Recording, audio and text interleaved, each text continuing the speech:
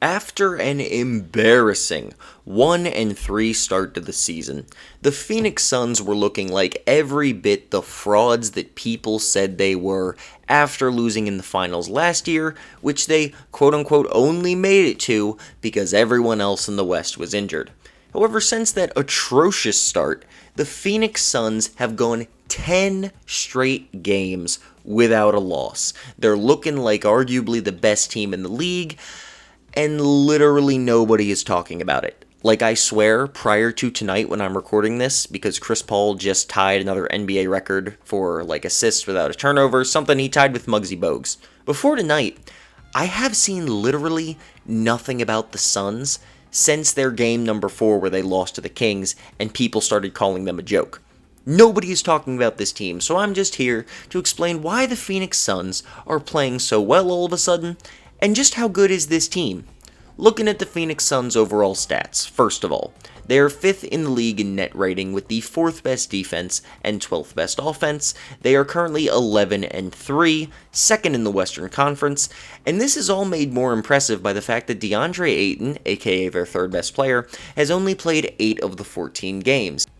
Not a massive amount of time by any means, but still, 6 games missed is 6 games when your team started off the season bad and is now on a 10-game win streak. So why has this team been so good? Well, when you look at the team's offensive rating, it's not actually super clear. Yes, they are 12th overall in offense, but looking at the team's stats, nobody's really playing in a way that makes me think this team would be so good. Chris Paul is putting up 14, 11, and 2 steals on 46% shooting. Pretty typical Chris Paul stuff, only 33% from 3, and in fact, this team as a whole doesn't have anyone shooting great from 3 besides Mikal Bridges and Landry Shamet, who are both shooting about 40%. Devin Booker is currently shooting 37%, certainly not a bad mark, but he's only, quotes here, only, putting up 23, 6, and 5 this season, and only getting to the line 5 times a game. Now, those are not bad numbers by any means, but if you told me that the Suns were going off, I would kind of expect Devin Booker to be doing a little more than that, but he's not. He's not carrying this team with some, Kevin Durant, Steph Curry-like performances. He's just kind of doing his normal thing. DeAndre Ayton, when he has played, 16 points, 12 rebounds, 62% from the field. He's incredibly efficient, as he has been lately, but 16 points is only 16 points. It's not like he's doing something crazy. In fact, the only player on this team who seems to be, on offense at least, really outperforming their expectations is Mikal Bridges, who's given you a very nice 14 points a game on phenomenal shooting percentages of 53, 39, 75. Okay, ignore the free throw percentage, that part's not that great.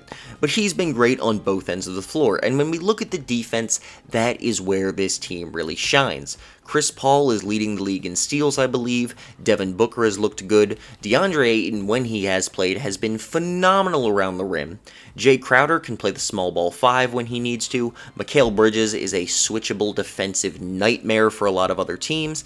And even guys like Cam Johnson and Frank Kaminsky have looked pretty decent on the defensive end this season. Yeah, Frank Kaminsky has looked decent on defense this season. Also, actually, I do need to shout out Frank Kaminsky. In the 9 games he's played, he's putting up 11 points a game on 54% shooting. So that is another dude who is outperforming their expectations this season. Frank Kaminsky's kind of a joke in the NBA. Props to him, though. He's playing very well this year. He's got a steal and a block to go with those stats as well. Very nice numbers from him. Anyway, this team's defense has really been carrying them. It really has. They are 2nd in the league in steals right now, and also 2nd in fast break opportunities and points off of those, which is a big reason they are doing so well. They're clamping guys down, they're taking the ball from them, and they're getting easy baskets. So even though this team is not shooting amazing from 3, they're making up for it by pushing the pace in transition. Meanwhile, on defense, the number 4 defensive rating actually undersells them just a little bit because they started the season, in the first 4 games anyway, as one of the worst defenses in the NBA. They were giving up a ton of points to teams with bad offenses like the freaking Sacramento Kings. Since that time, they have been fantastic on defense, not just defending the perimeter and getting steals, but also around the basket. Like I said, DeAndre Ayton has looked very good in that area. Jay Crowder's filling in when he needs to. Frank Kaminsky has looked very good in that area. And they just have a lot of long, switchable guys on this team, like Cam Johnson, Mikal Bridges, and once again, Jay Crowder. This team's a really good defensive team. Now, as for them being contenders, for being the best team in the West, I gotta be honest, I don't know. Simply because I just don't know if they've got that guy. Yes, their finals run last year was impressive, and they were actually my pick to win the title against the Bucks because I didn't foresee Giannis playing like the best freaking player on the planet in that final series. I thought he was going to have more issues with their defense, but he was just too damn good. There was nothing that anyone could do to stop him. This season, Chris Paul is a little bit older, and that's really the main difference with this team. I think Devin Booker is pretty much who he is at this point.